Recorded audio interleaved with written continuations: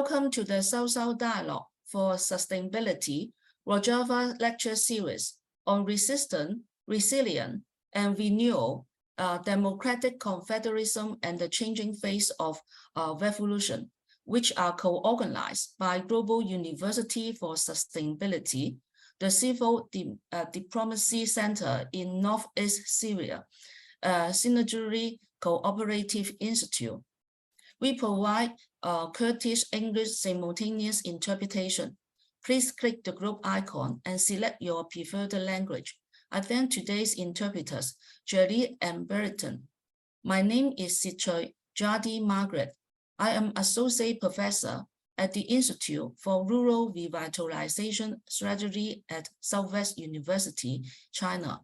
I am also a founding member of Global University for Sustainability. I have been actively involved in the rural reconstruction movement in China since 2000 year. Tonight, we have Lecture 5, The Women Revolution in Rojava, and the role of women's organization like Kongra Star. The speaker is Reyhan Loqo. She is an activist for defending women's rights. She is coordinating member and spokesperson for the Kongra Star Women's Movement. She is also one of the founders of the Kongra Star Education Committee.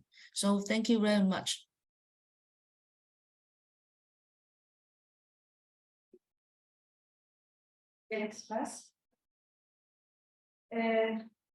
Thank you very much. I am Reyhan Loqo. I am the spokesperson of Kongra Star, and I would like to salute with today is this period is the 11th anniversary of the Women's Revolution in Rojava. On this occasion, I would like to salute everyone listening to us today, and I would like to greet you all with this spirit, with the soul of Arin Mirkan and all the other women who have sacrificed their lives in the sake of this revolution, and thanks to their struggle that we reach the level today. And we are creating a free life for women, and the heroism of women in the history. We have so many different examples, from Sakine Cansız, Nagihan Akarsan, Pakize, and many other women martyrs.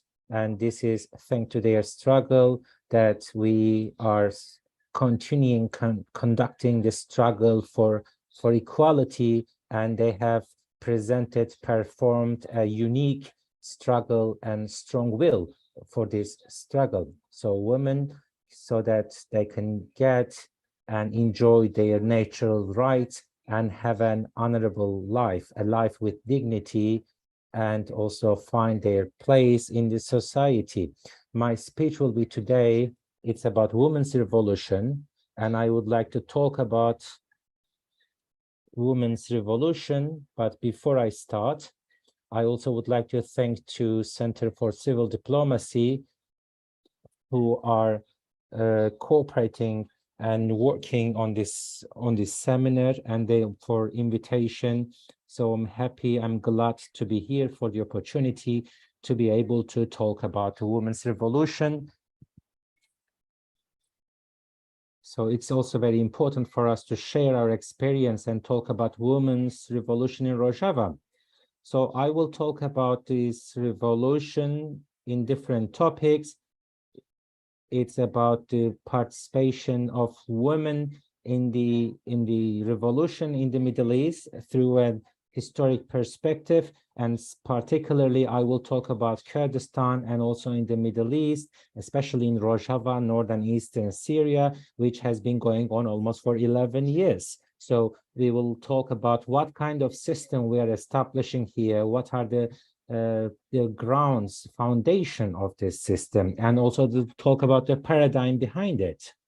And then I will talk about, in terms of practical steps, about education, about implementation, and all different parts of life in Rojava, how we implement this revolution. So I will try to give you a picture of the women's revolution in Rojava. I'm sure many of you have heard of the Women's Revolution, but with this seminar, we would like to give you a little bit in details. At the beginning, Women's Revolution, through the history, it was been a great resistance throughout the history. At the time of socialization, it starts with the mothers. It started with the matriarchal structures, and the woman played a significant role in the organization of the society. It was by the hands of mother and woman, and it was a long time that the matriarchy was dominant in the society, but and then this disease called manhood came, and then they destroyed this matriarchal structure and targeted this existing social structures in order to be dominant and bring the society under their control. We know that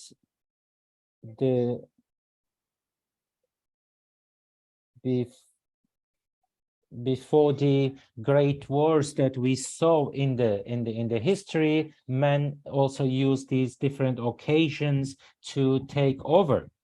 And on the other hand, in order to impose themselves in the society, they also developed a mindset, an understanding of patriarchy. They limited the life of women.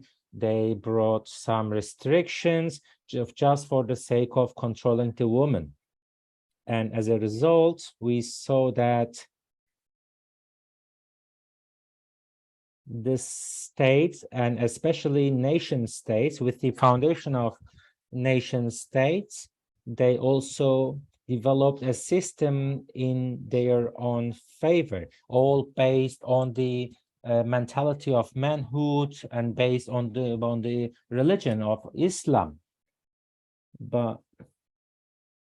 And then eventually a society which used to be women's society turned into a society where the woman became under control of the men. And these all nation states are also serving patriarchy. And these nation states, they are trying to weaken the woman's identity and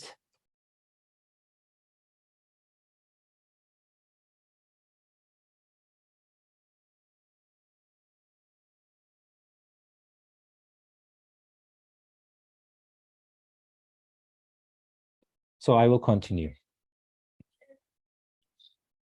And therefore, nation states, they didn't give the opportunity to the women to develop their own identity, and they prevented them. So the woman couldn't play the leading role which they used to play in the history.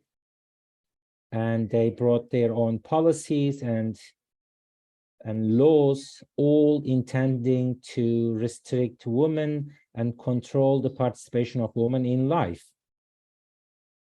And school and education system have always served this purpose, because in the education we always saw women, where they belong to is in their kitchen. They are just mothers. Their main task is to bring children, raise the children, look after the family, and domestic service. So this is also shows the level that we reach today. Women who used to lead the society eventually have been confined to kitchen and domestic sphere. And also women became a material for the men, like a good that they can buy and sell. But the women, they have never stopped resisting for their rightful place in this society. They they always wanted to develop, improve themselves, and they wanted to go to schools, but even they were not allowed to go to school, which was also offered by the state. So it was always prevented by the brothers, by the husbands, by the fathers, because it was also considered something against the patriarchal system, because they knew that once the women, when they get the opportunity to study, they will open their eyes and they will demand more rights. So they even prevented women from education. So they wanted a woman that only serves the man, but not a woman that is educated and enlightened. And all the women who rose up, and they were also oppressed by the men. Anyone talking about their rights, about improvement or situation, they have been oppressed by the name of nationalism, in the name of religion and all the other cultures or cultural elements. And the states also cooperated with this politics. They even tolerated the killing of women in the name of religion or in the name of the traditions. So this patriarchal system in the society and in the understanding of the state, they were working together against the woman. But we can say against these systems, patriarchal system in the society and against the nation state, which was based on statehood, religion, and tradition, they didn't accept it. The women have always resisted and raised against it. And this was a struggle for the sake of their identity. This was a struggle for getting a status within this society. So the women,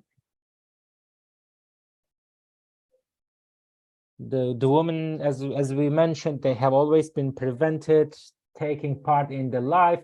They were said it's a shame for a woman to be there, or it is haram, it's not allowed by the religion for women to go out, so they were supposed to stay at home. But women, they always struggled and fought for their rights. And it's also not a coincidence that leader Öcalan started with the freedom of society, with the freedom of women. He says, if we want a free society, we need the freedom of women. A society cannot be free unless the women in the society are free, because free women, they will promote free families, and free families will bring also free societies. On this, the fight against sexism, against patriarchy, against the religionism, which wants to dominate the woman, there was a great struggle of the women started against all these sexism and patriarchal. And then we can find this in the very core of the Democratic Confederalism, in the democratic nation. And the struggle of women, when they started, they received support from every woman who were seeking for freedom. Who were seeking freedom and then asking for the freedom, they joined this movement, and it became a great movement, a big movement. And the movement's focus was also the freedom of women. And day by day, this organization of women grew up. It was also at the time where there was a great war against the Kurdish identity. Women also had to fight for the women's identity within this struggle for the Kurdish identity, and because the state was also targeting women especially, the woman, in order to protect their identity for the soil, for their land, for their country, the Kurdish woman played a leading role in the Middle East. Now everybody can agree that what kind of struggle the woman had against these genocidal attacks, which was targeting the Kurdish culture, Kurdish country, and Kurdish traditions. And the women gathered around leader Öcalan. For example, Sakine Cansız became one of the pioneers of this struggle in the Kurdish movement, and she also was one of the pioneers for the Kurdish women's movement. And in every part of Kurdistan, all the women whose hearts are beating for freedom, they joined this struggle, and they have taken historic steps.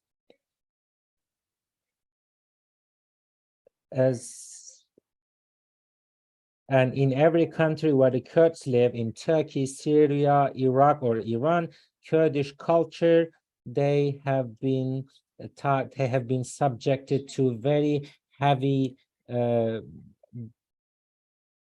genocidal policies, and all these countries, all these states, they used very brutal ways to oppress the Kurdish people and Kurdish identity, and within that identity, especially against the Kurdish woman.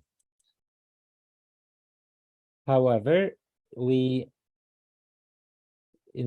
Middle East is a multicultural place with all the ethnicities living there, with all the religions, with all the languages. It is a colorful place, and in order to protect this structure of the Middle East, these struggle grow up day by day. And today, when we see in Rojava, in Syria, we see the revolution has a character of being pro-woman. It's a revolution led by women. So, but all these developments, how can we call it as a revolution? After what point it becomes a revolution, all these changes? It is a revolution. It is not, if you want to replace this nation-state system, which was based on one language and one culture, one flag, if you want to replace it, then you are not a revolution. But if you want to change the structure from the bottom, and then give different structures within the new period, then it becomes a revolution. In Syria, Kurdish women were also particularly targeted by the regime. For example, Kurdish women who spoke their own language have been arrested and imprisoned just for using their own language. And at the courts, if the women were on trial and if they wanted to speak Kurdish, they would be punished to very heavy punishments. And on the other hand, the violence against women in the prisons was also unbearable. So they were not allowing women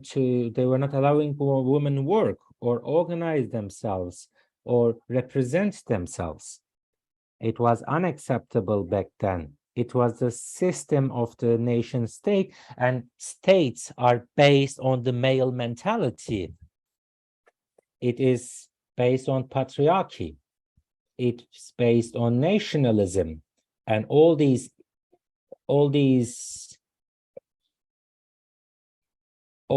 are against women.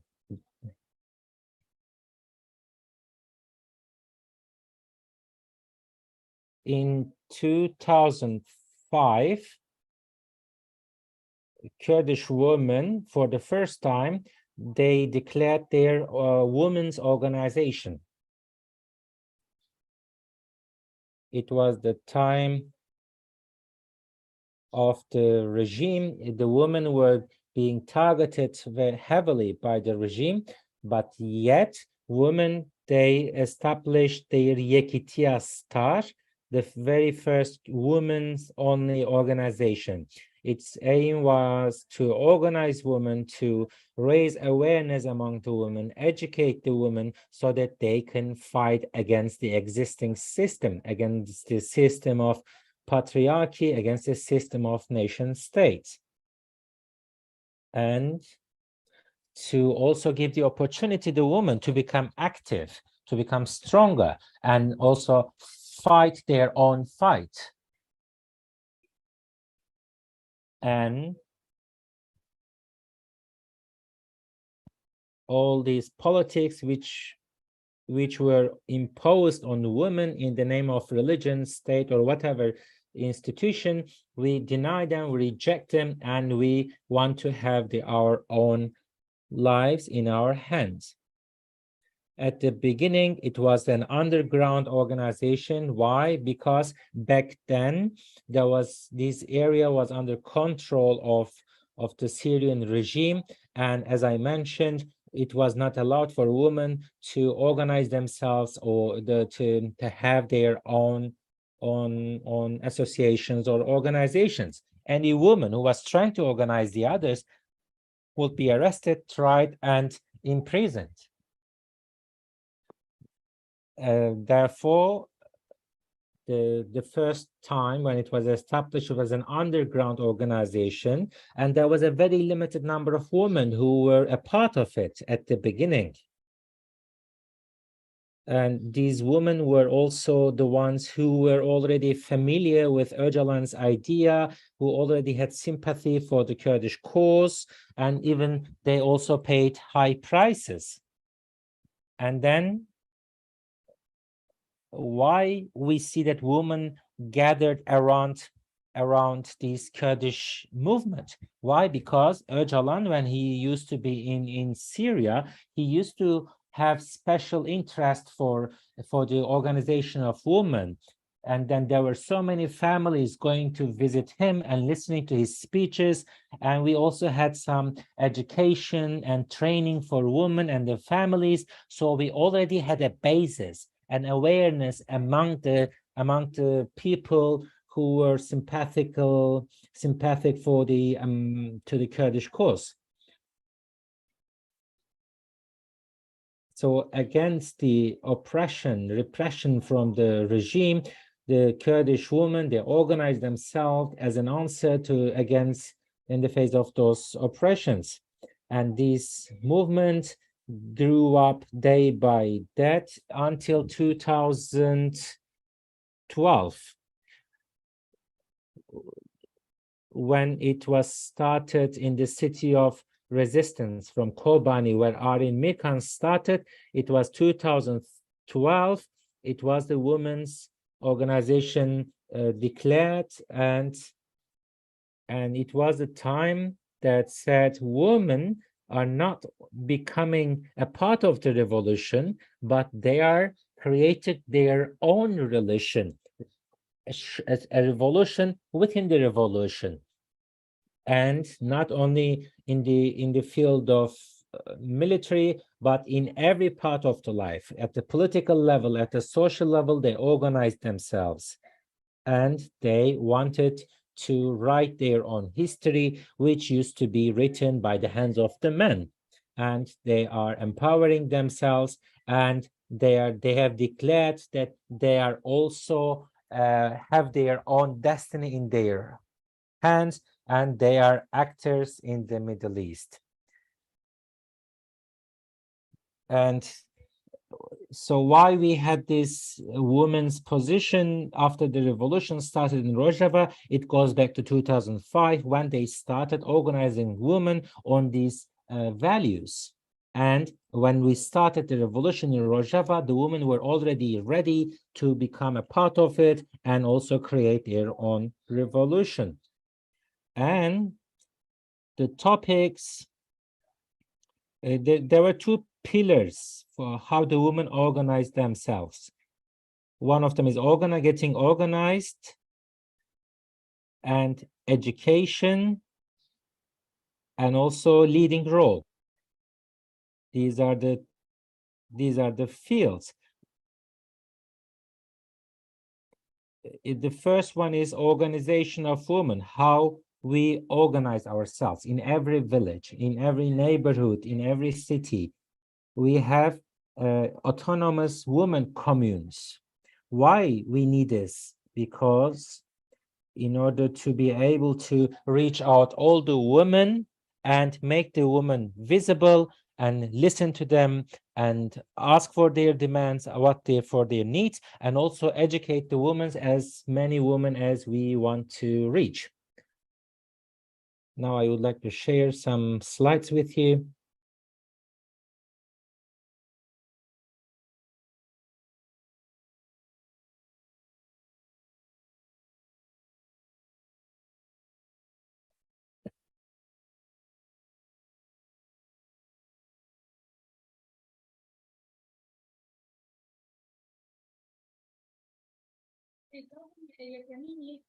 As the first steps of the organizing women, this is how the women went into the streets and screamed for freedom.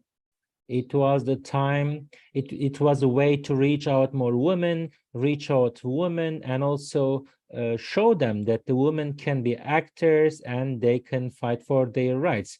This was the first flag, you see, Kongra Star. And they organized themselves under the name of Kongra Star, and they established their own autonomous communes. As I said, to organize, to educate, and to raise awareness among the women.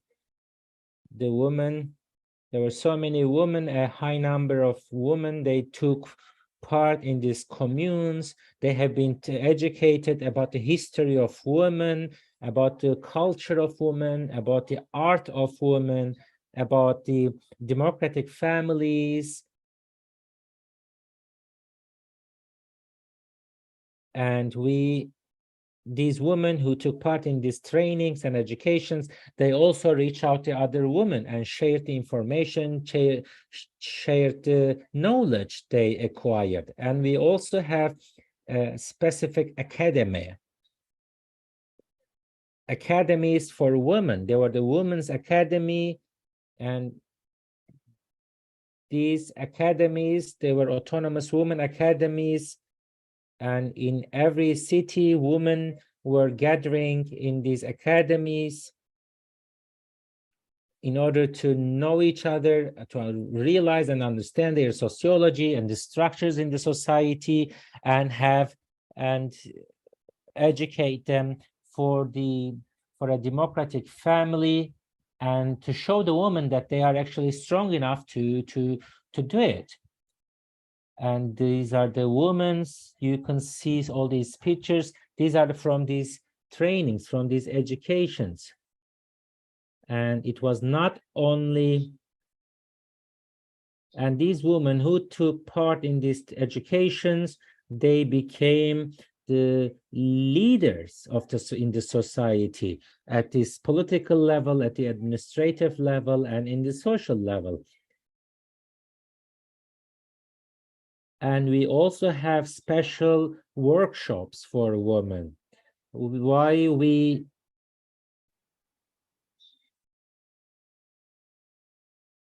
It was also workshops about organizing women within the line of democratic nation. It was an important topic because the women were not considered to be suitable for politics. They said politics are too difficult and complicated for women to understand.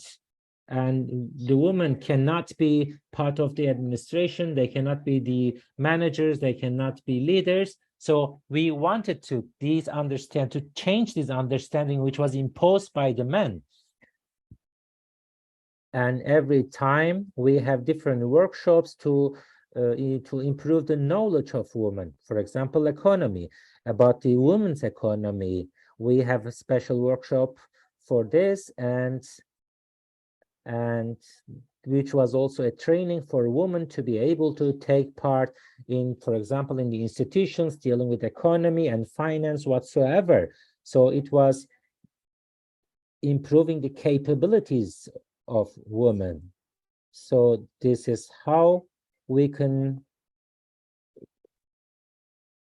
train our cadres, and this is how we organize women. And once they are done with the education and go back to family, they face difficulties, they face challenges, because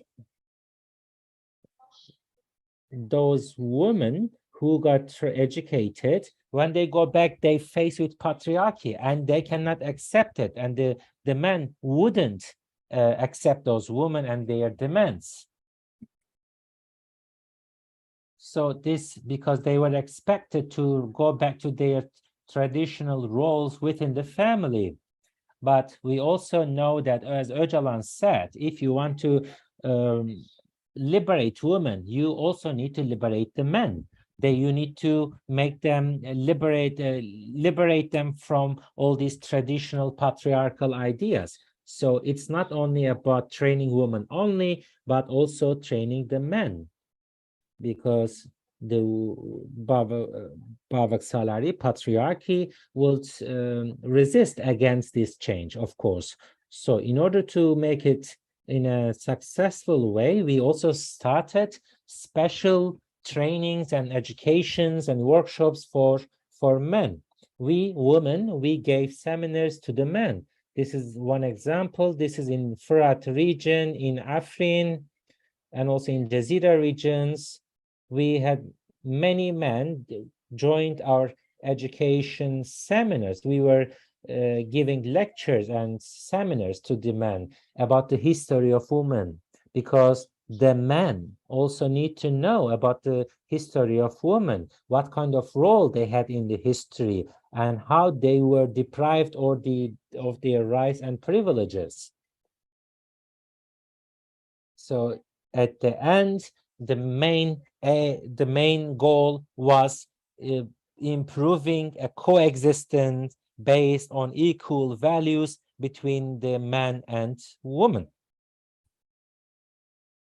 So it was also aiming at liberating the men, because a society needs liberated free men and liberated women. We had discussions and different topics about democratic family, and also the struggle, knowledge, and history of women. Because we wanted to have democratic families, and of course we couldn't do that unless we also bring the men into these kind of educations. And the level went up day by day, and at the day of 25th of November, the day against the gender-based violence, this was the demonstration where there so many men also took part in that march, in that project. And they said no against violence on women.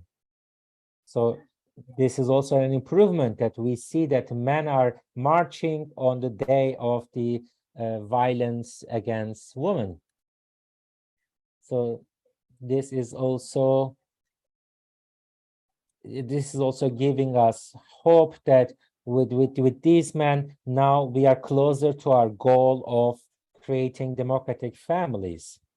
And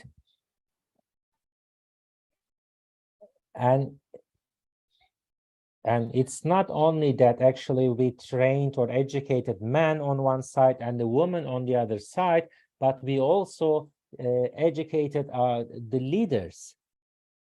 leaders, how we can organize ourselves and how these educated persons can also lead these organizations.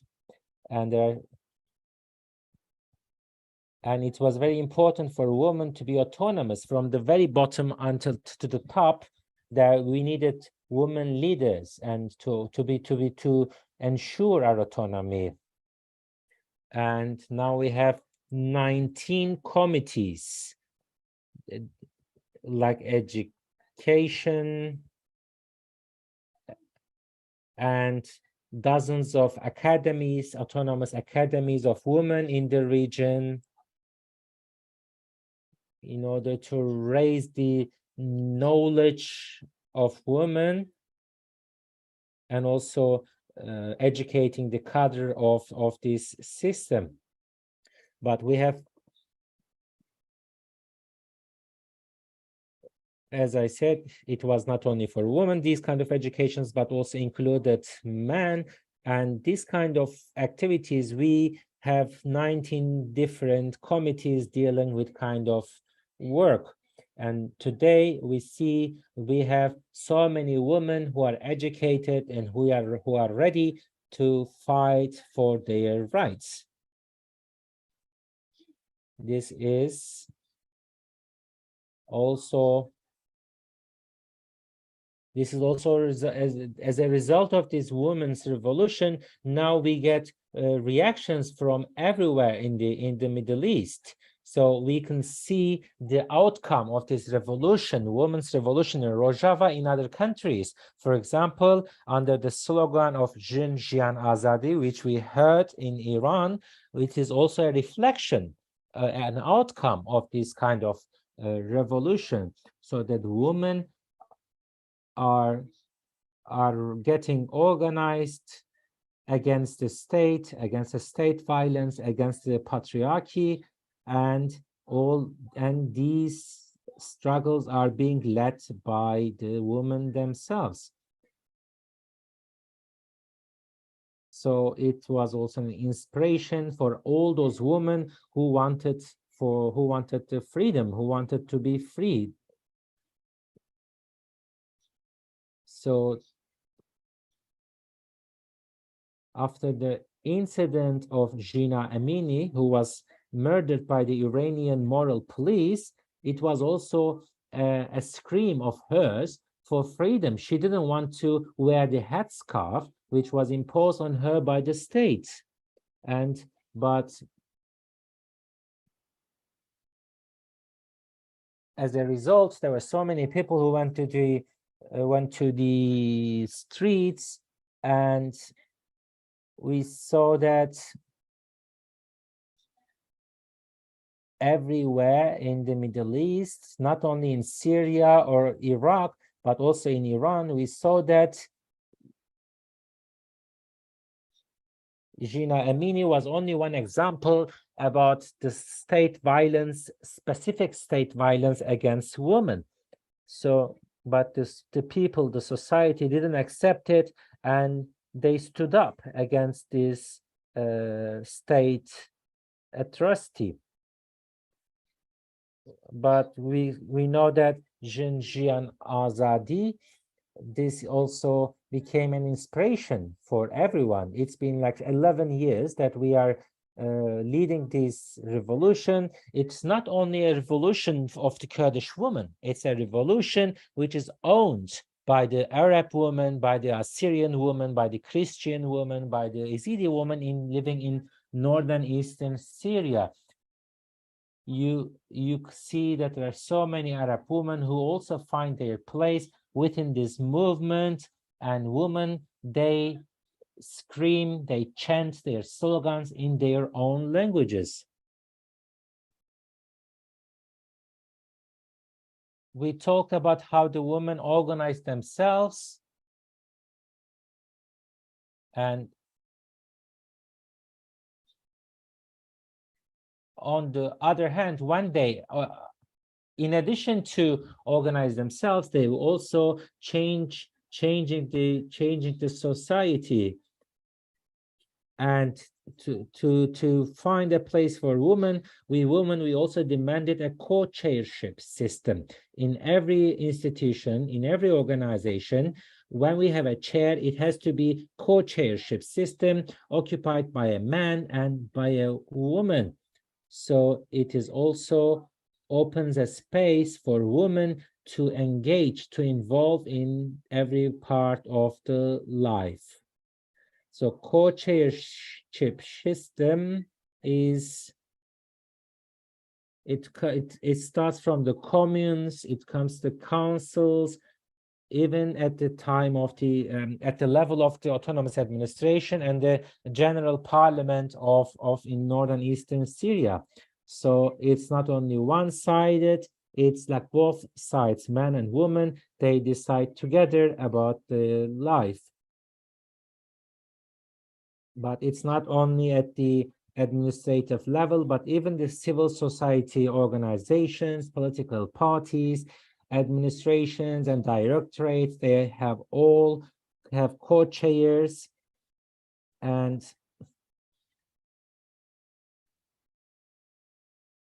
this allows women have more opportunity to show their own potential and to enhance their presence in these institutions. It also changes this patriarchal understanding mindset, and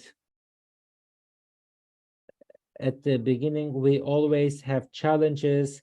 There are so many men who didn't want to accept it. They didn't want to see the women as equals, but as a result of this struggle, as a result of these educations, now we also convinced men, and they now agree and they recognize and respect each other.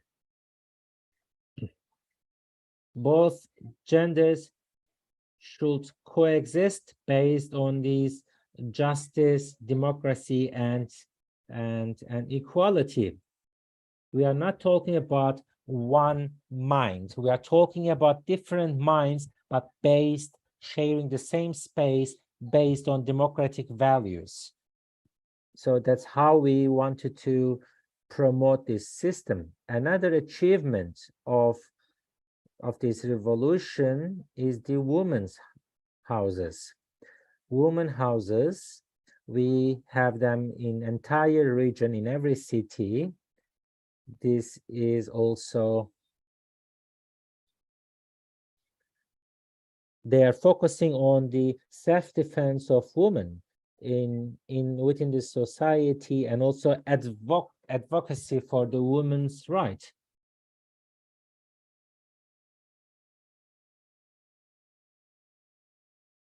It is also not only advocacy for in terms of rights, but if they also protect the woman against the physical attacks. The women, when they need a refuge, when they need a place to safe place, they have a safe place for women, and the woman can also be protected and defended for their rights. So women's houses in every city, in every place, we have these kind of places, and they are not only shelters, they are beyond shelters. So, and also we had some influences on the legislation. In the past, a man could marry 4 women. Now it is not allowed. And the woman had to accept it because they had no other chance, because the state was recognizing it, the society was accepting this, and the woman had no say in this. But today it is forbidden, and the underage marriages were very common in the region. So 13-year-old, 14-year-old children would be forced into marriages with the man older than them. So it is also forbidden today, and also using violence on women is also forbidden. Now we have a law for women prohibiting all these practices. So there are so many articles protecting women, and it was proposed by the women. It became a part of a law, and now this law is being implemented by the women's houses. This is also an achievement of this woman. A man no more is allowed to beat his wife up, or sexual harassment, or the violence, or the rape. These are used to be seen very normal before the revolution, but today it is unacceptable, and not only also in the understanding of the society. These are no longer acceptable practices. This also brings a solution for the social problems that we used to have in the society. So in terms of politics, in terms of cause, and in terms of security, it gives the woman protection. This is the practice of the women and their life in North and Eastern Syria. So all these measures that we have been talking about also brings an equal status for women. And we also have quota for 50% for women.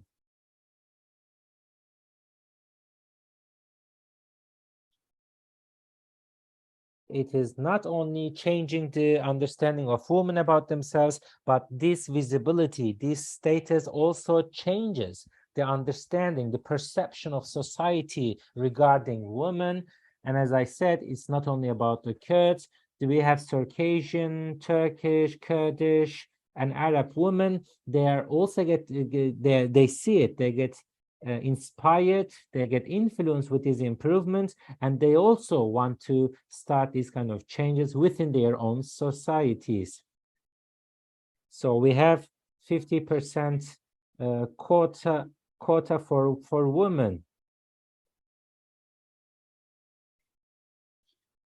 So this is also an achievement of the fight or struggle of women, and we can say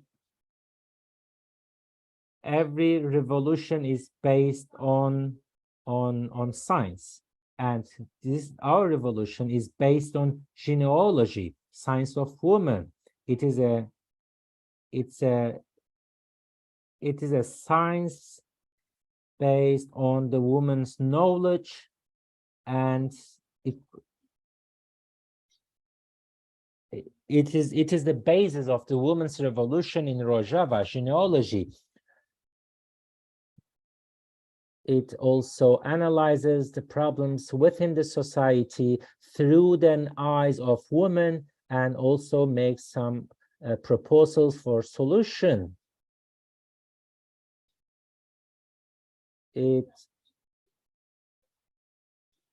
Genealogy, I'm not gonna go deep in genealogy. I know that it was a part of maybe of the seminars, but the basis of the revolution, women's revolution, is in genealogy, and I think there will be a special seminar about genealogy. Then I'm sure the speaker will go into details then. We talk about man and woman, but I also would like to talk about the children. Women are educating the man, but they also educate the children. So it is also important in terms of children. We have special committees for children. It is organized by women, and within these committees, children are being educated when they are still childs.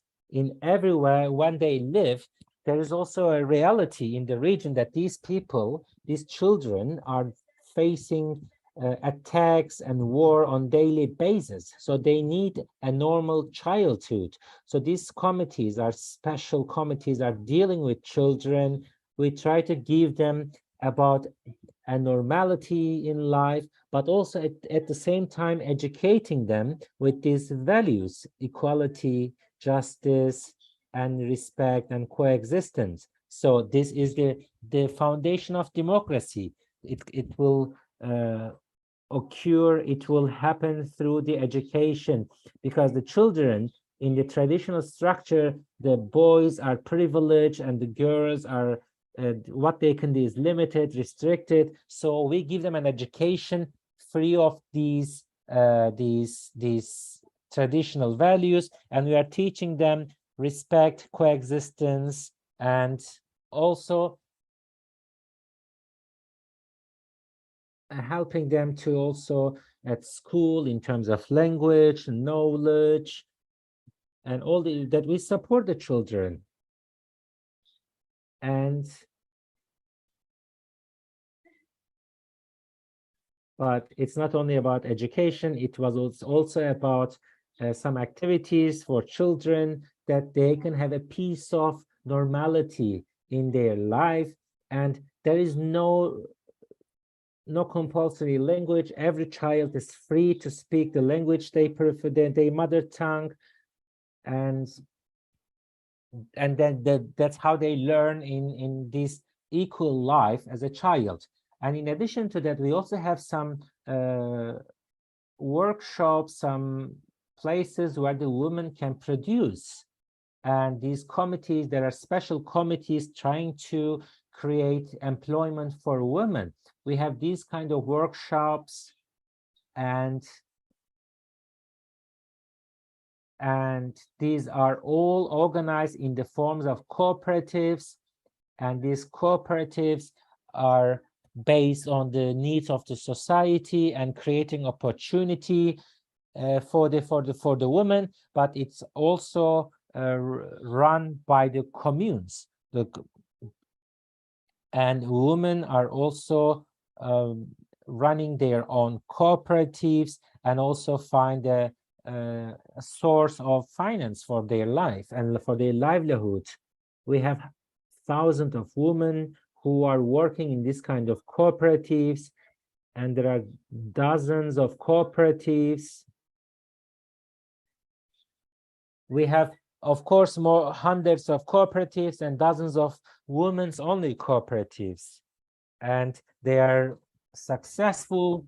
And these cooperatives, we bring women, and the women learn how to do the work, and then they start working in the cooperative. So it's not only production, but it's also vocational training for women, or women working in the field, agriculture.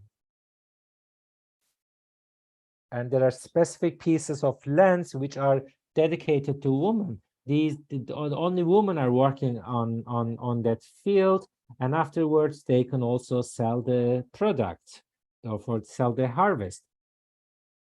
And it will also be sold by the women in the cities. So, and what they raise is also based on the needs of the society. So it improves the capabilities of women in the work life, in the workshops, in the agriculture, or in the factories. So the women's cooperatives aims at this power, economical power of create the economical power of women. So on one side, we educate women, and we also train them for the work, and we also give them opportunity to work at the cooperatives. It's run by them anyway.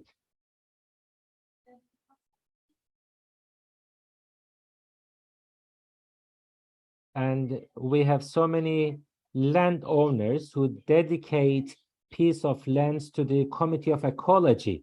And in these places, we plant trees. And this was, the region was omitted by the regime. At the time of Syrian regime, we were not allowed to plant even a tree in the region. But today we have this piece of lands belong to the or provided by the Committee of Ecology, and we have these campaigns that we bring children, we plant trees, which will provide us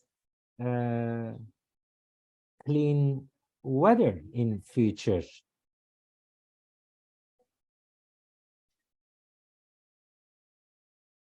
And for example, this example, it was a big garden, the where we planted 500 trees. We planted them and then we gave it to the family, and then now a family is looking after that forest. So it will also raise the awareness and understanding, sensibilities, and also it makes it people's their own project. And these kind of examples are increasing in different places.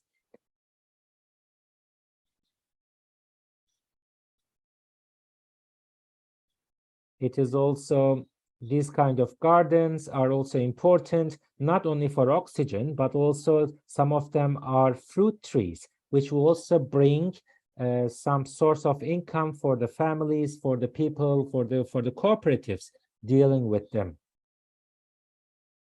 And it's also a part of our work that we raise this ecological understanding, the relationship with the nature, the way that we treat nature, it is also brings sustainability and respect to nature, and we bring this love towards the nature and treat it with respect. Another thing, women in the North and Eastern Syria, we have women defense forces. This is we have women Asayish forces, women police forces for the internal security. In every city, the women, they have their own autonomous units for self-defense. There is this special women Asayish forces.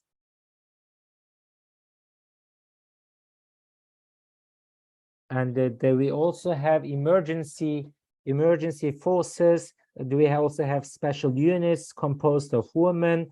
It can be a clash, it can be an attack against women, so they can intervene immediately. And it is also important to train the women for self-defense, for the protection in the cities. But also, we also have a women's army, YPJ. It's the Women's Defense Forces. It is also fought against ISIS. They protected the humanity against those brutal attacks of ISIS. And YPJ, Women's Defense Units, is also Women's Army. It played a very important, a significant role in terms of the defense of the area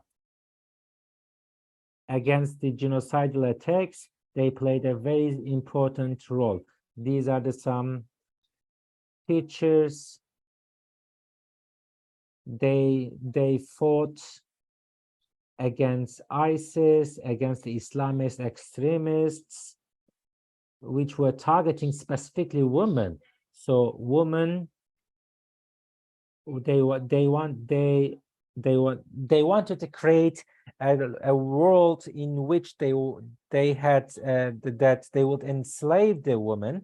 But against this, the YPJ fought heroically against those attacks, and to protect this revolution, they also paid high prices.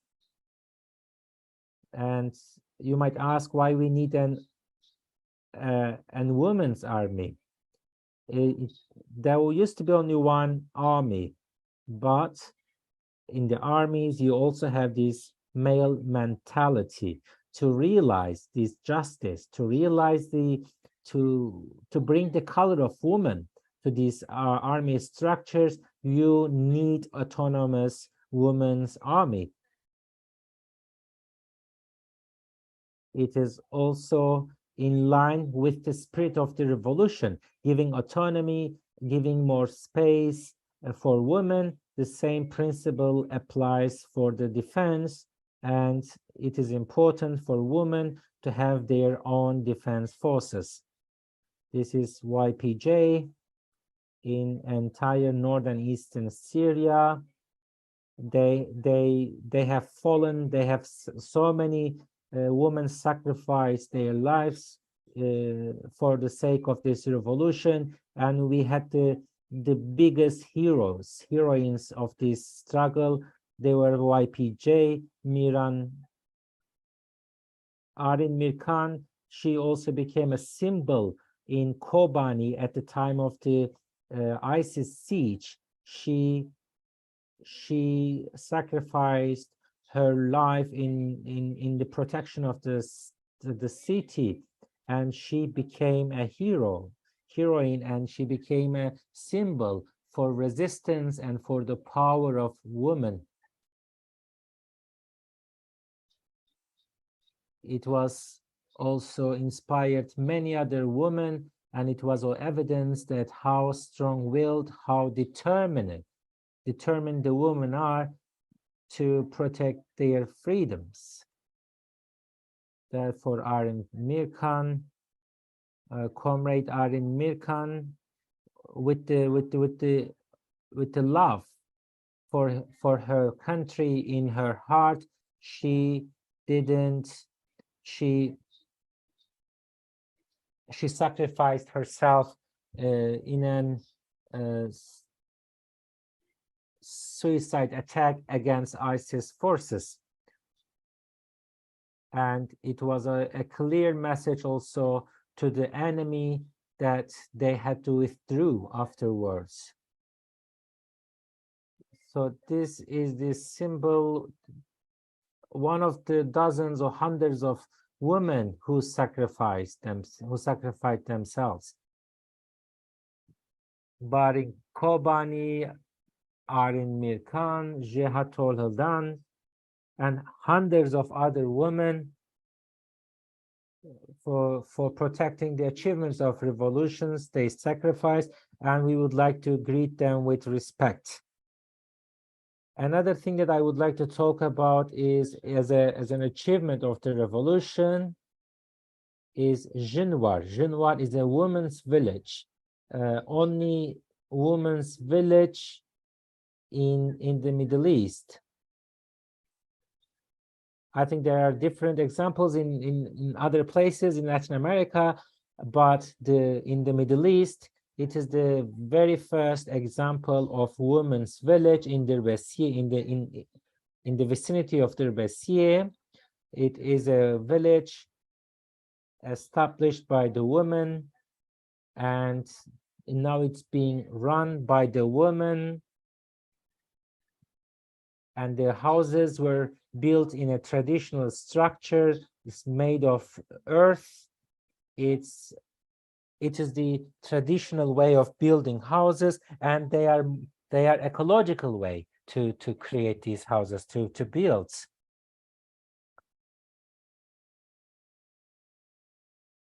And when you look at the region which is called Fertile Crescent, this is the way that women played an important role in the Middle East, in this Fertile Crescent, and this is how they started. So this is going back and reviving that history of women, and therefore we preferred to build these houses from earth, and the women build it themselves, and it's open for all the women who wants to come and get educated, or just to work in a women's only environment, or it can be to understand this mentality and also it can also be a shelter or the woman in need. Anyone can go there, and this is a place not only for Kurdish women, but all the women living in the region.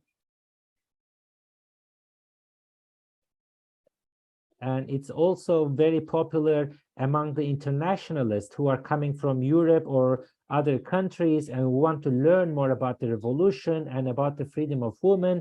They live in these villages.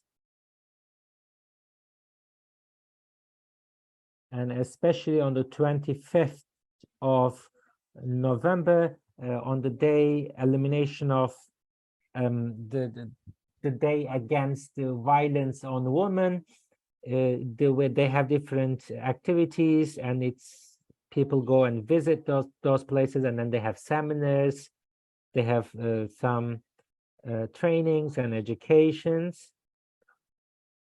And Jin War means actually means land.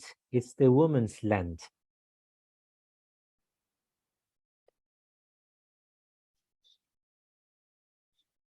Another important topic we said within this revolution,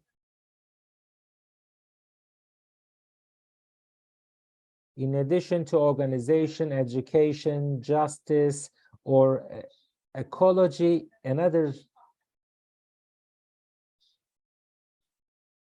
is the social justice. It can be all about the rights of the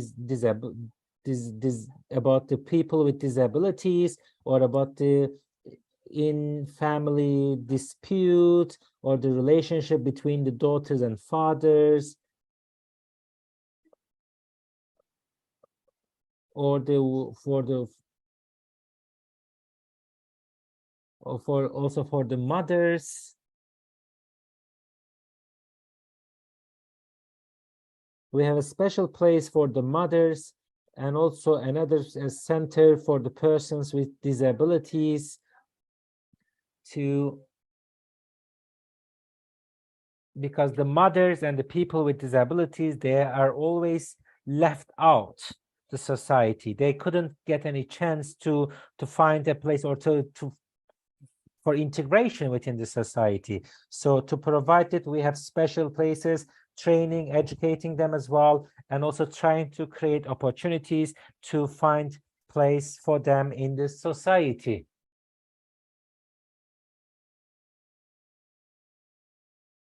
All these organizations. Another topic that I would like to talk about is the diplomacy. It has an important place within the revolution.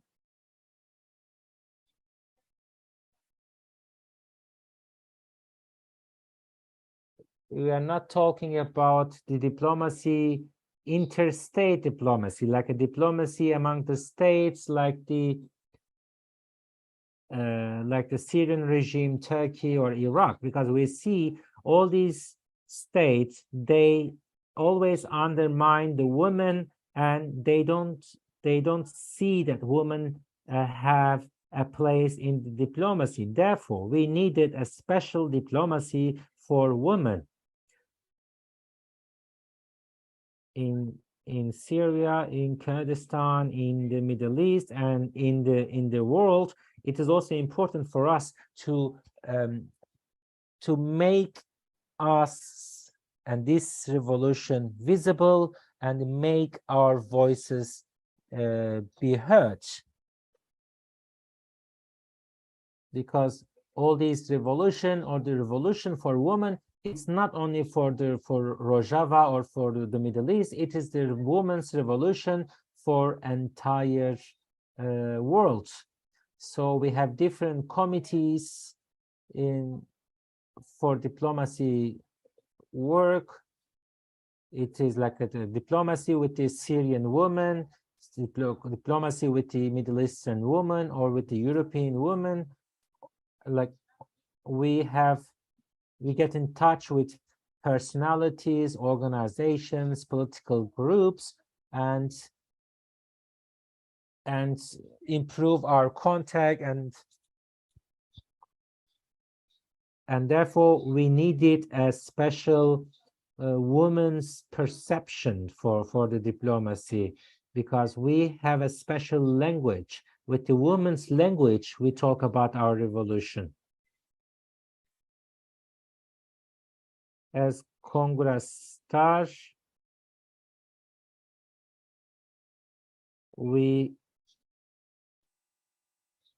as Kongra Star, we are also a part of very different political groups, and we use different international conferences and seminars, and we take part in this kind of activities and to talk about our revolution. And in Northern and Eastern Syria, we have a special news agency for women. It's called Jeune News, and it is about the women are reporting through the eyes of women. It's a different journalism. It's a journalism of women. And we also have a radio station for women. It's called Stran. We also have a special TV channel, Jeune TV.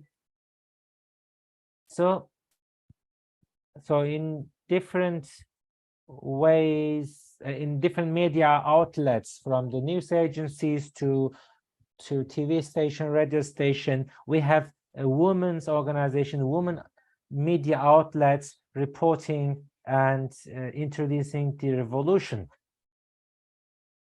So we said journalism with the color of women, it's all done by women. It is also important. Another thing,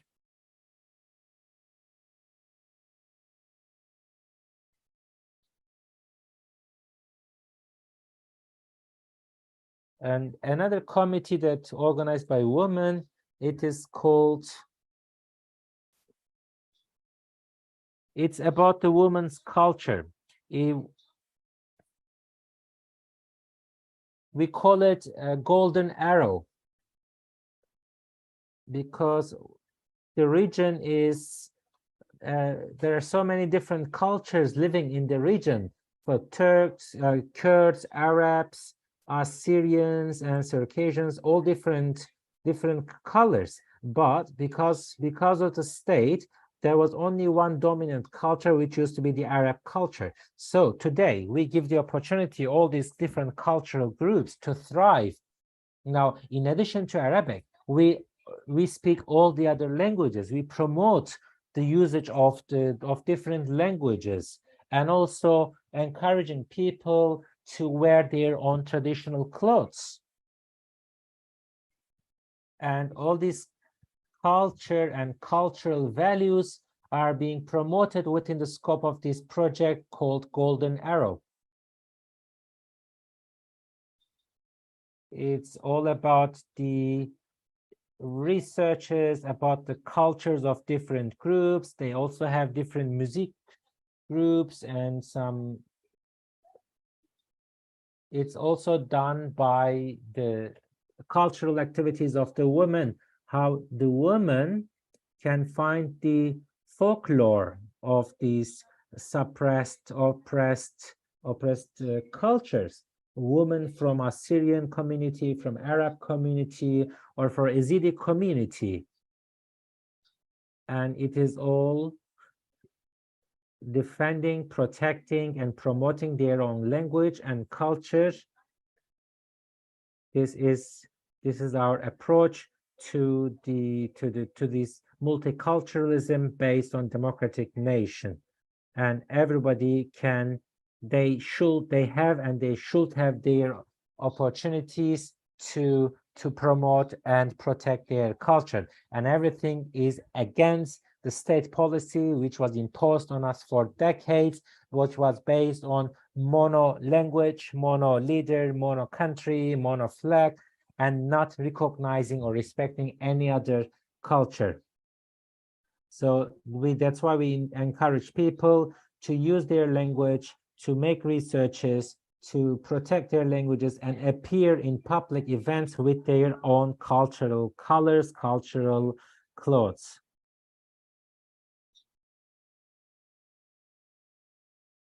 This is the true color and true structure of the Middle East.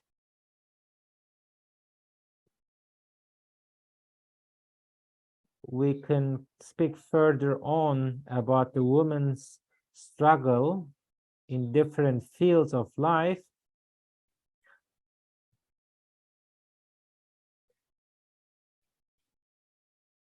In every part of the life, as I mentioned, from the communes until up to the parliament and the councils, women are present and they organize themselves autonomously. And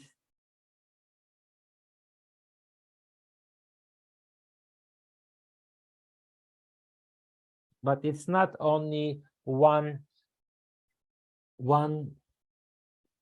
organization only. It started as Kongra Star, but it is beyond that. Now we have hundreds of women's organizations, women's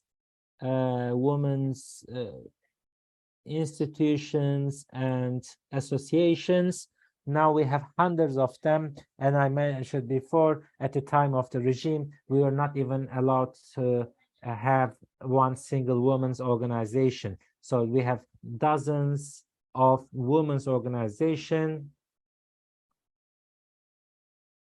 in liberated areas in Deir ez-Zor, Tabqa, and other. These are the Arab-speaking areas. Now the women also have their own organizations and also umbrella women's organization.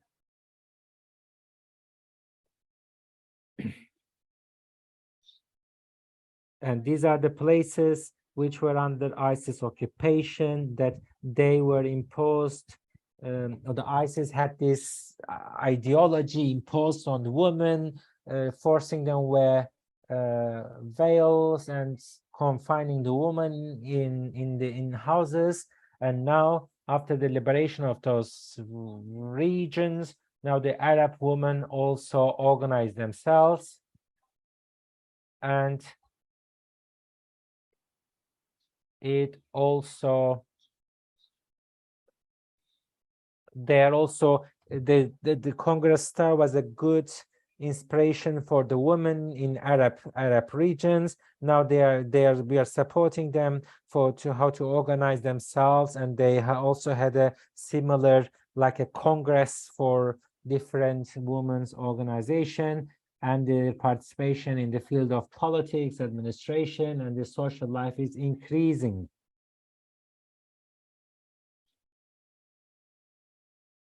And they also have special organizations fighting against the violence on women, or for the protection of women, and also education for women. It's called Women of Zenubia. And then we also have Syrian Women's Council.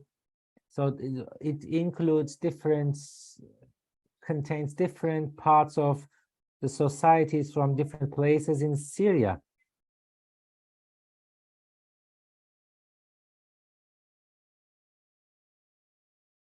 So it started with a little group at the beginning, but they organized themselves, and then they become an institution, they become an organization, and they did it in different places. And today we see that we have, with so many different organizations and institutions, we have a very strong organized woman community.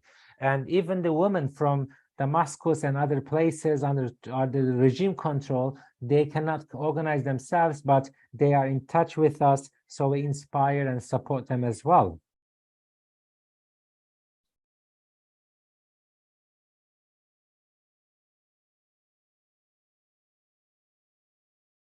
So as a result, women from all different ethnic backgrounds, ethnic groups, they organize themselves, but it doesn't mean that we don't face challenges.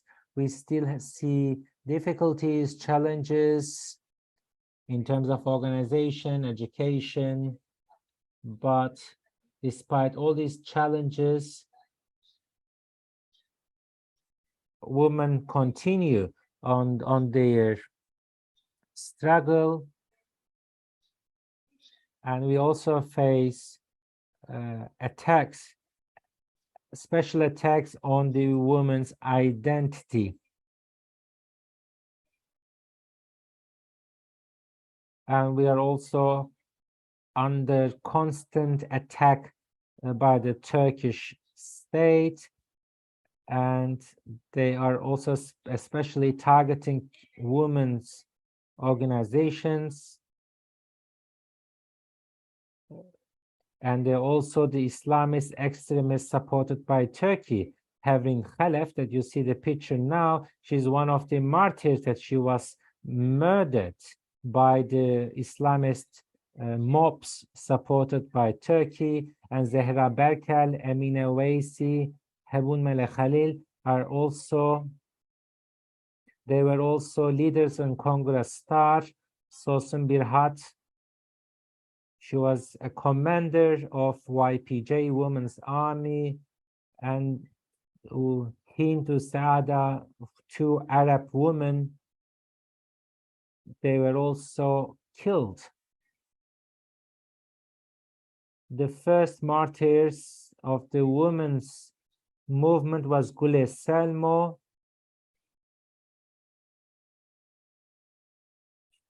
He was martyred by the hands of the Ba'ath regime, and thanks to all the sacrifice made by these our friends, we are continuing our struggle.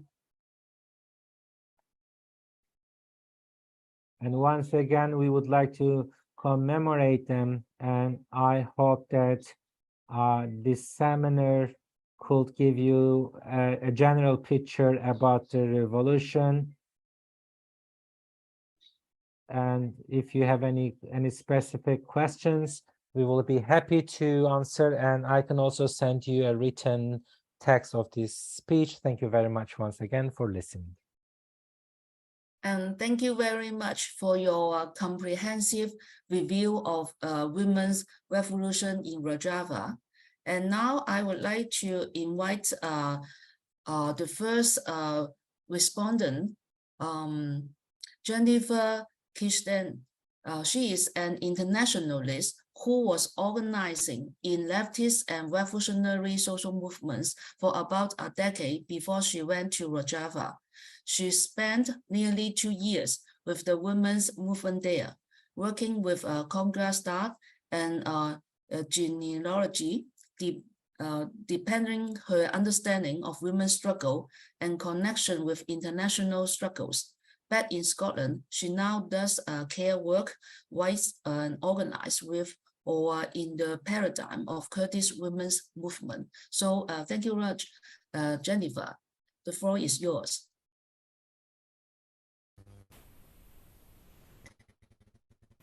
Thank you very much. And thank you to Reyhan for the input so far.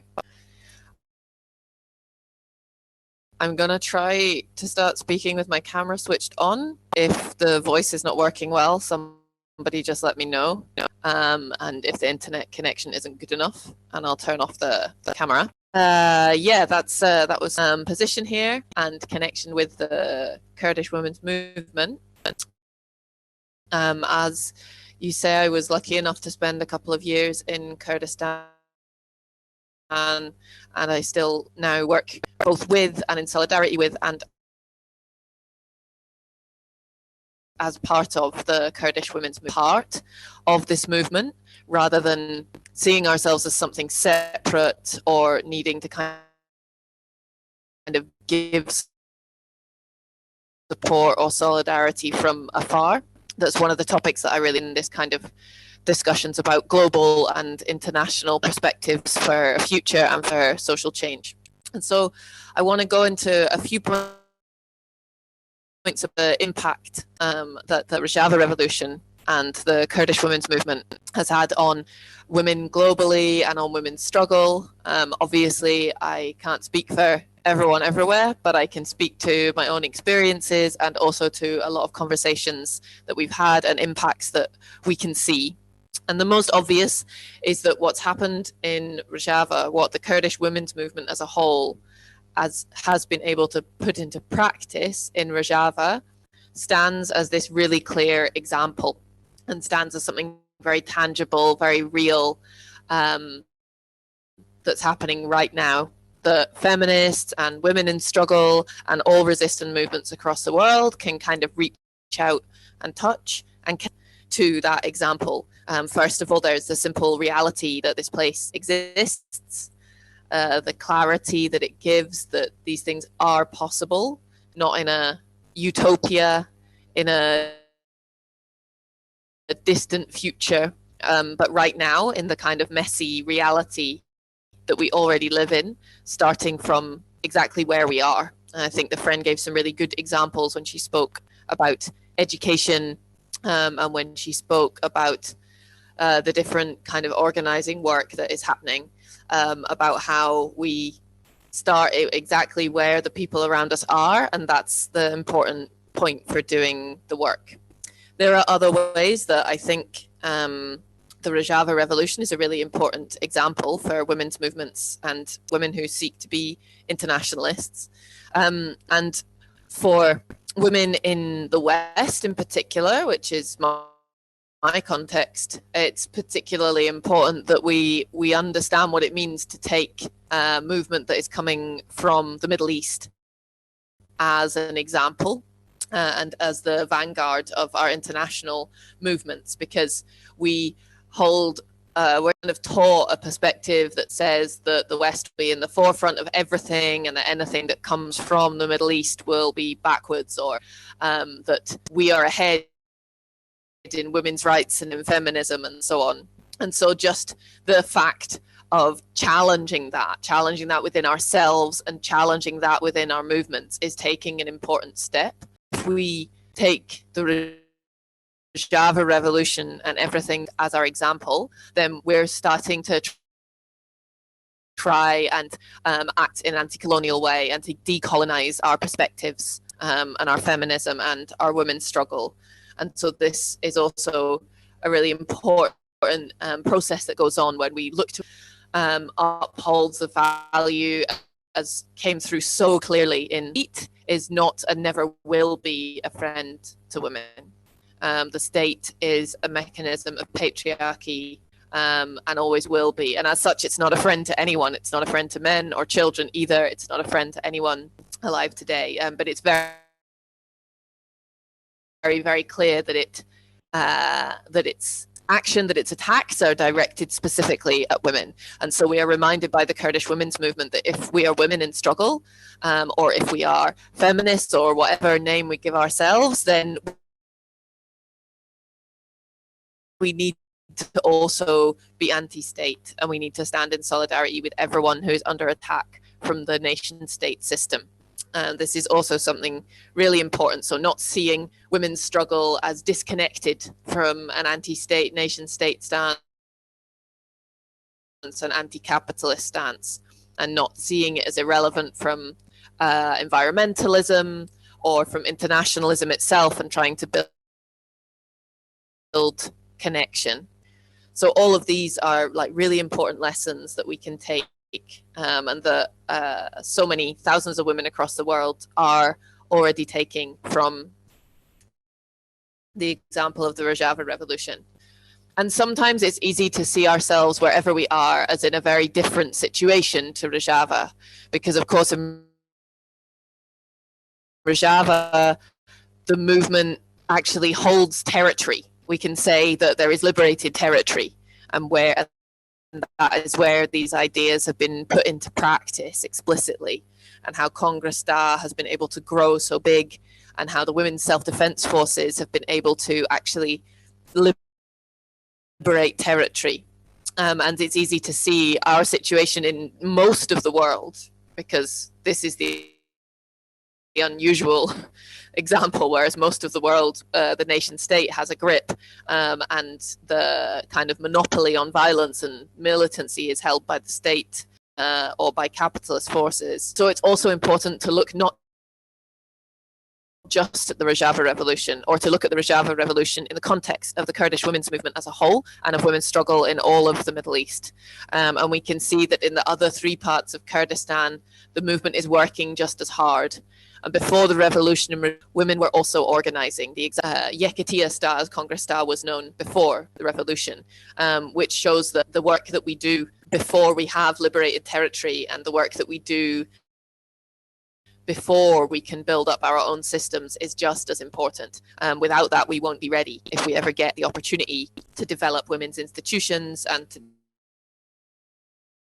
develop a system. And in terms of how the impact, how the Rojava revolution is impacting women's feminism and women's struggle and militancy globally, I think there are some important points that we need to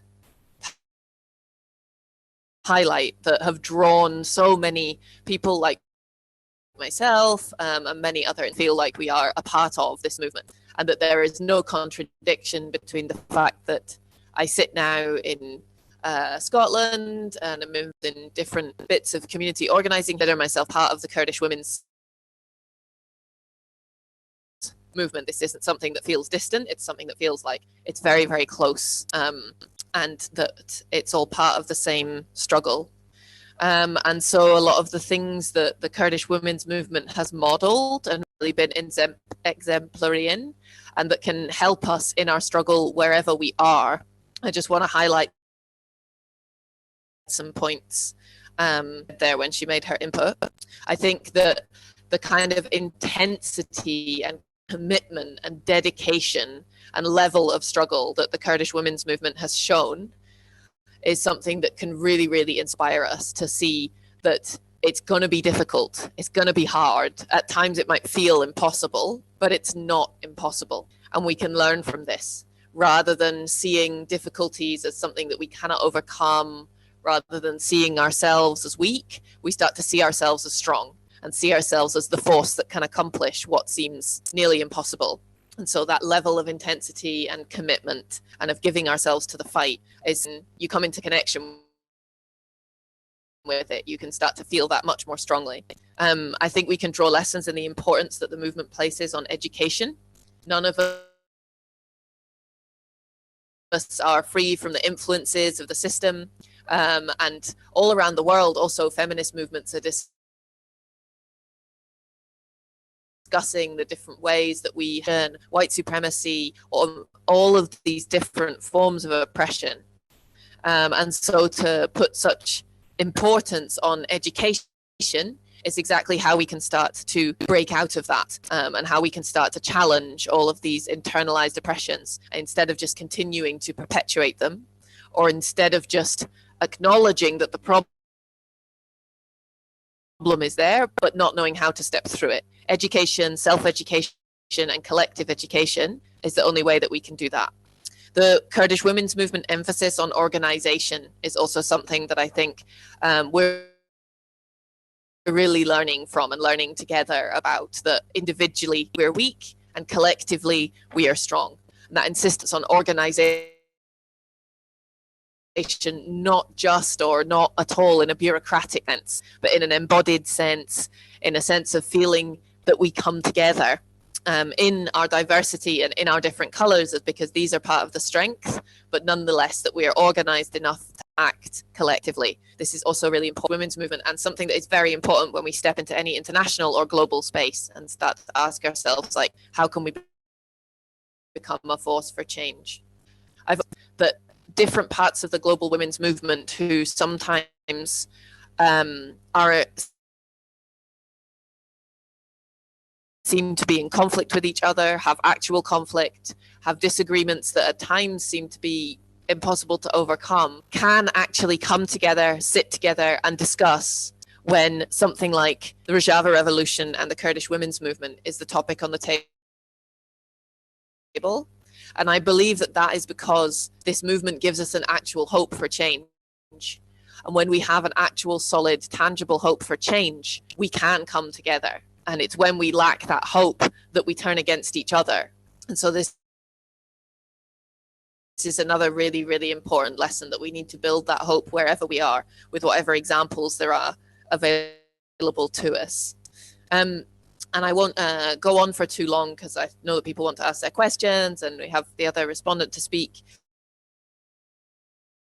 But I just want to give the example of the way that so many internationalist women have become part of the movement, the Kurdish women's movement and the Kurdish freedom movement, to the level even of losing their life, falling martyr in conflict and in struggle and in resistance.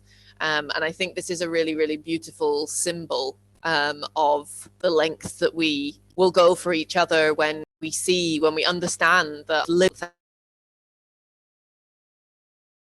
Thank you very much, Jennifer. And now I would like to introduce the second respondent, Fernaz Atia, and she obtains her PhD in political science. She is a member of the Noon Initiative for the Freedom of Ocalan. She is deputy chairman of the Upton Center for Strategic Studies, and she is also coordinator of the Arab Initiative for the Freedom of Ocalan. Please, thank you. Okay, thank you. Good afternoon. Thank you for all of you participations and our colleague who spoke about the Rojava revolution or women revolution in Rojava. Okay, it's not, I think it's, I have a bad luck because I didn't go to Rojava or visit visit the area of North and East Syria and see the achievements of women revolution there in reality. Okay, I think according to the experiments of my colleague, she as she talked, and the presentation of my colleague Reyhan, okay, the women revolution in North and East Syria is inexclusive. It presents a good or a great model for Kurdish women. I think not only Kurdish women for Arab and people, and especially women in Mediterranean area can apply this model because it's outstanding. This integrated by the integrated foundation which Kongra Star, okay, the foundation of women in Rojava, with its different and multiple and multi communities in education, in communities with responsible for children, community in many. This foundation is as we said, inexclusive. It achieve many tasks in many fields: media, culture, politics, defense, achieve also many effort to serve women and children also, and sometimes the men in Rojava. It also has a relation in Syria and out of Syria with the country, different country in the world. Okay, when we take a general review, a whole review, okay, or general review for this model. We can say this model take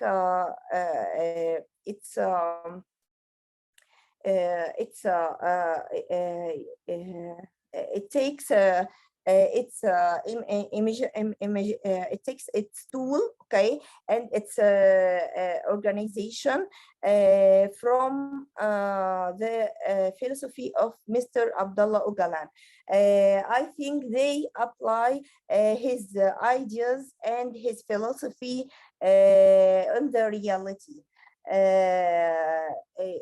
As Reyhan said, she talked about Mr. Abdullah Ocalan. He said the women's freedom is the solution of all social problems. That's why we should solve all sources of sexual conflict in any society, to make the stability and to make the security in this society. We must apply all rights of women. Ideas of Mr. Ocalan has been made a revolution in our world, not in Arab world only, or in Kurdish area only, but in all over. And I think not only in Mediterranean countries, as we said, but all over the world.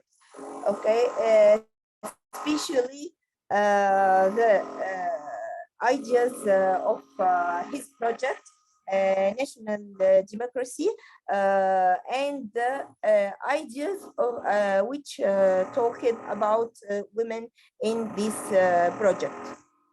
He has been put a road made to empower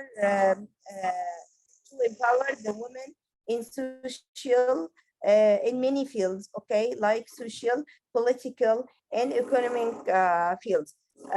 Okay, when we see this solution, okay, in or this idea in social field or social life, we can find many important things.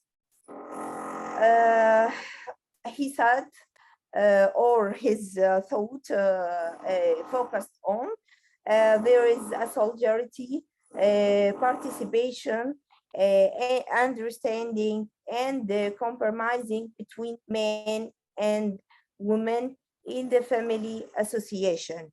He considered the family as association. Why? Because the family in any society is the core of the society. The important thing of the society is the family. This association family try to depend on participation and equity between women and men to face the hard situations and complicated social conditions. Women must enter the world. A woman must enter the war and struggling to achieve the equity and just with men, to be equal in the society, to make a good and sustainable family.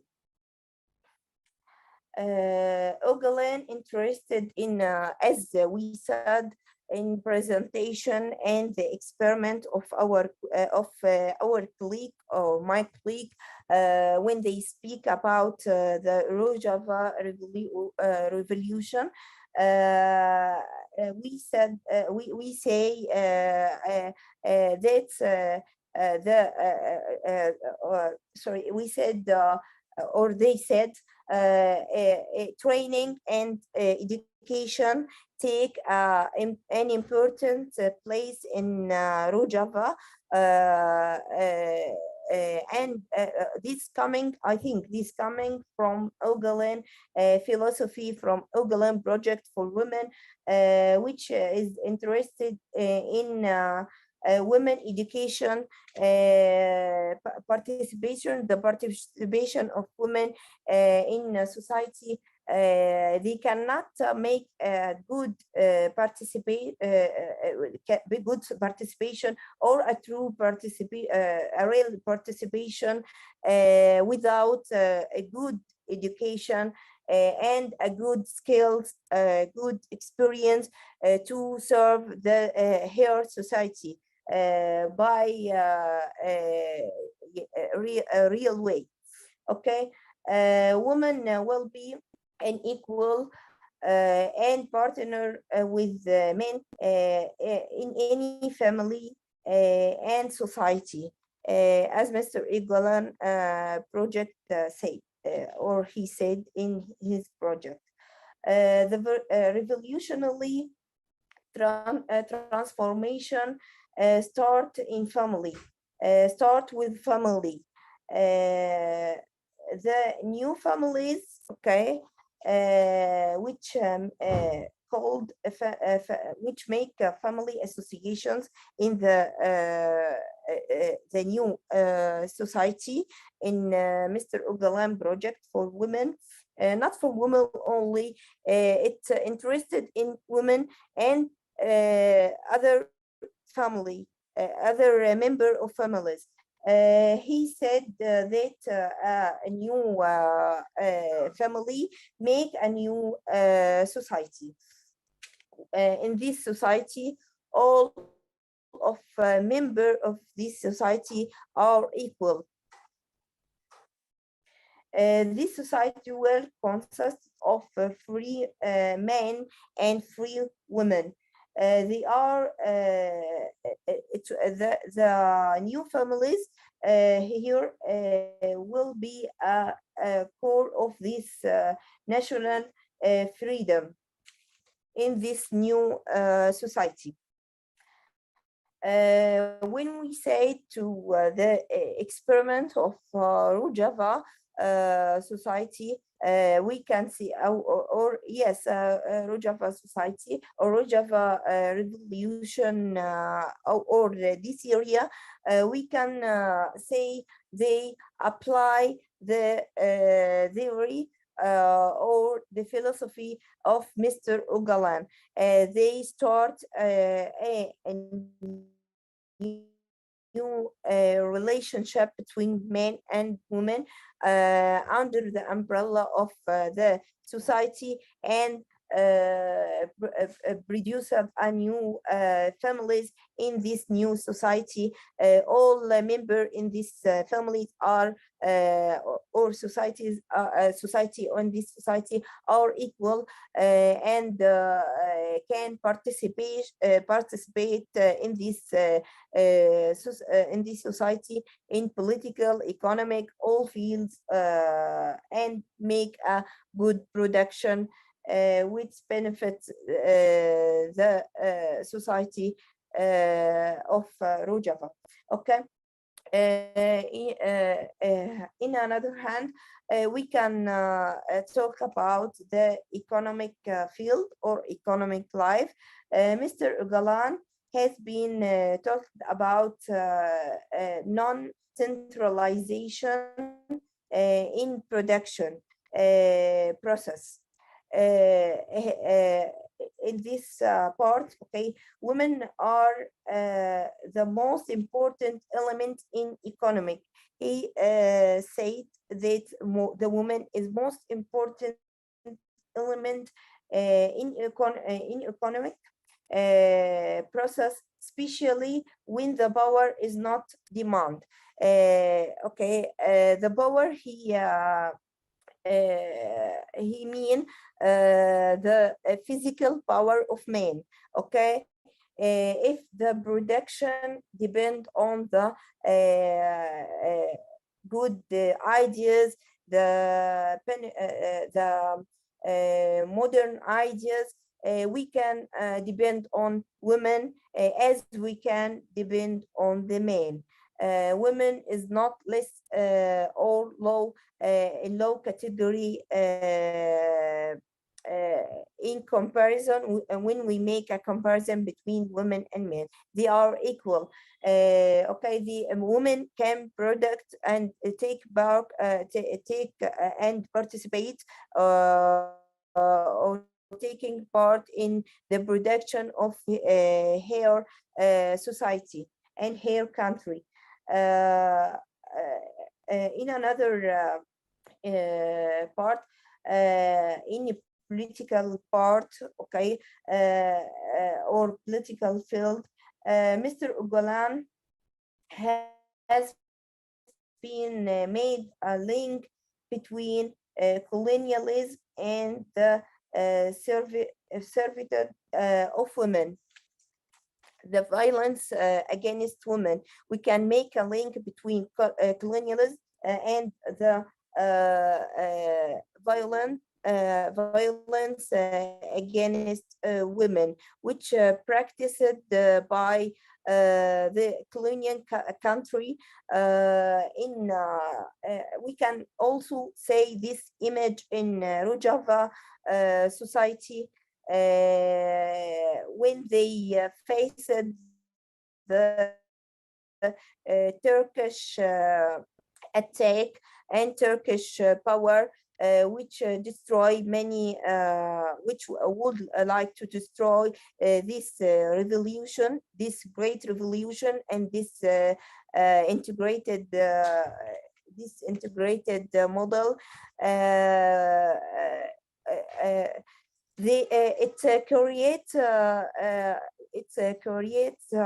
Creates many challenges for people of Rojava, especially women in Rojava. Women in Rojava face this challenge and can make many factories in the society in Rojava and out of Rojava.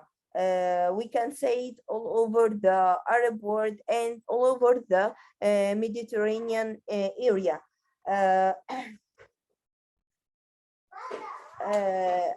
Okay.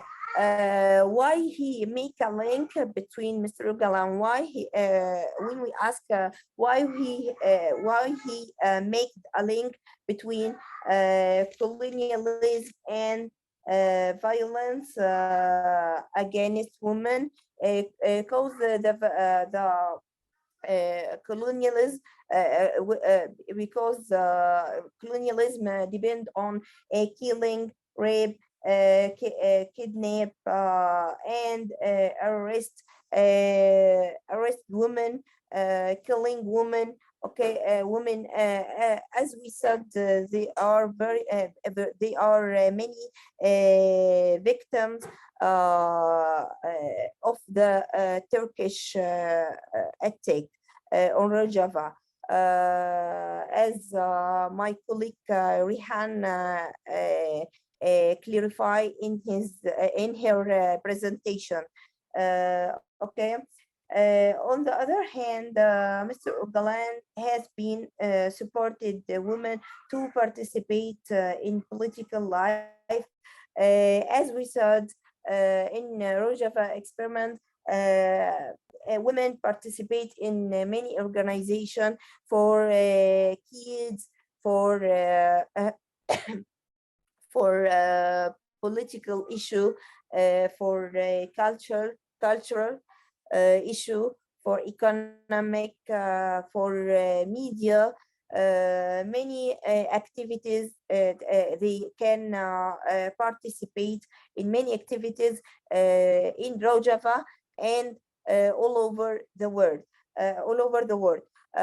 We said the gene channel can reach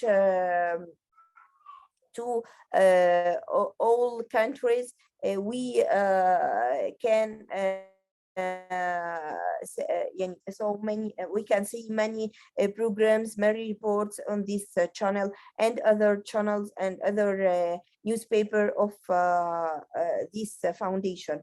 Okay. Actually, when we see the Rojava revolution or Rojava experiment, we need this revolution, we need this experiment to make another model or to apply this model in our countries, in our Arab countries, in our Mediterranean countries, because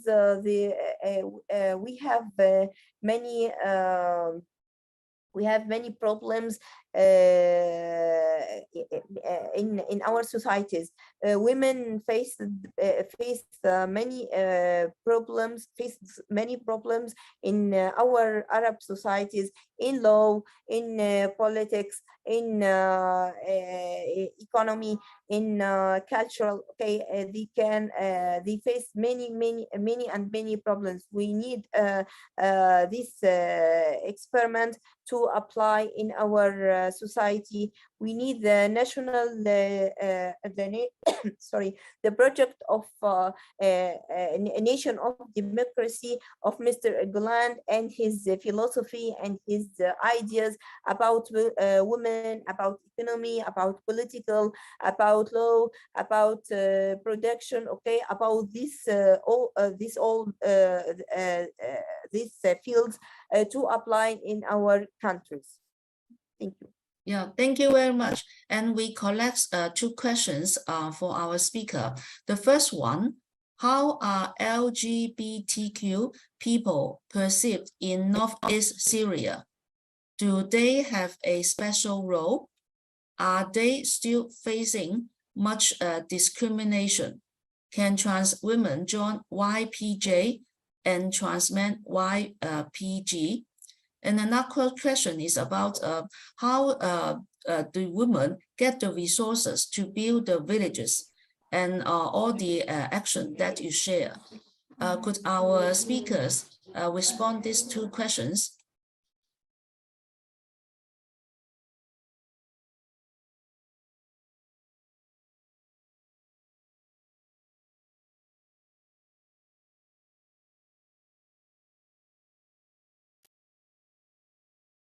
I would like to answer.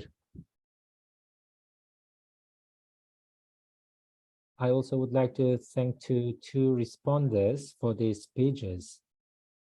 And regarding the question, in Northern and Eastern Syria, we have a social contract.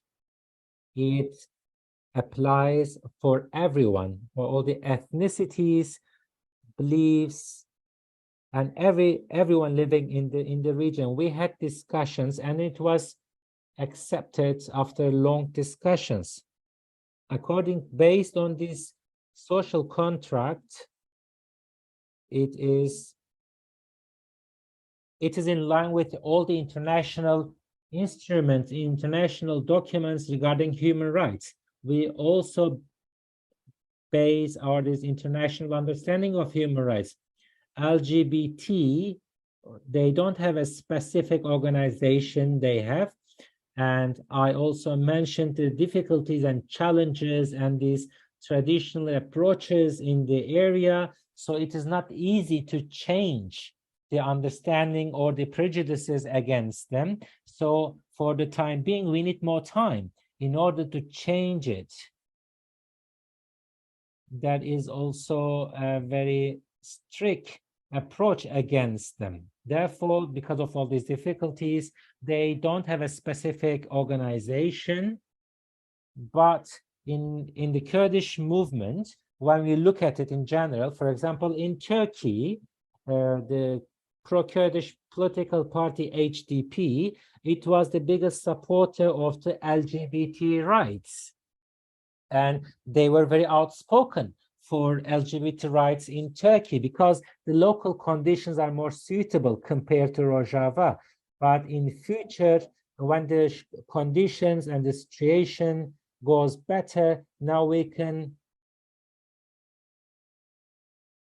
and then we would like to have all these organizations, because our system is based on the representation of these social groups, and we support it.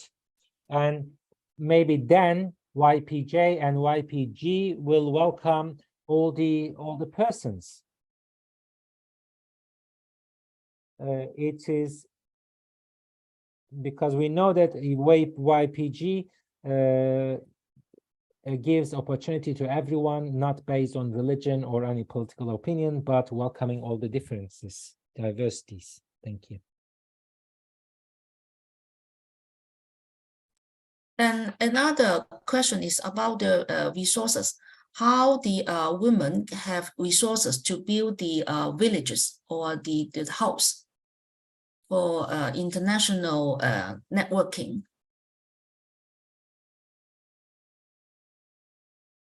I'm just repeating the question. 1 second, please.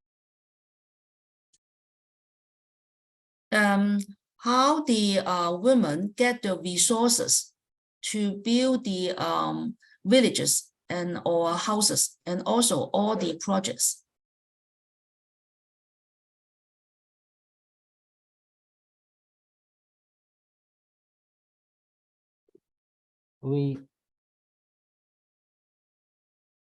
Of course, in North and Eastern Syria, the autonomous administration is the biggest supporter of these activities of women. But all these organizations and the village we mentioned, it was supported by the cooperatives. As we said, we organize ourselves on the as communes, and every commune they have cooperatives, and each of them they support the women's activity specifically. This mostly resources coming from the communes themselves, but sometimes the autonomous administration also provide some support to the women organizations, and some support from abroad is very limited, but it happened past that we had direct support for certain projects. But mostly it's based on the women's organizations supporting each other and receiving support from communes. Okay, thank you very much. And now, because of the time, we already overrun. So thanks again for the speakers and the respondents. And let us understand more about the women revolution in Rojava and how they challenge the patriarchal society, and also to have many different kinds of experiments through the daily practices, such as how to change the family relations and change the social relations, and also change the human relation to the nature. So I think the is also a kind of a feminist, eco-feminist approaches to the to envision a new society. So thank you again. Let us learn a lot about the women revolution in Rojava. Thank you very much.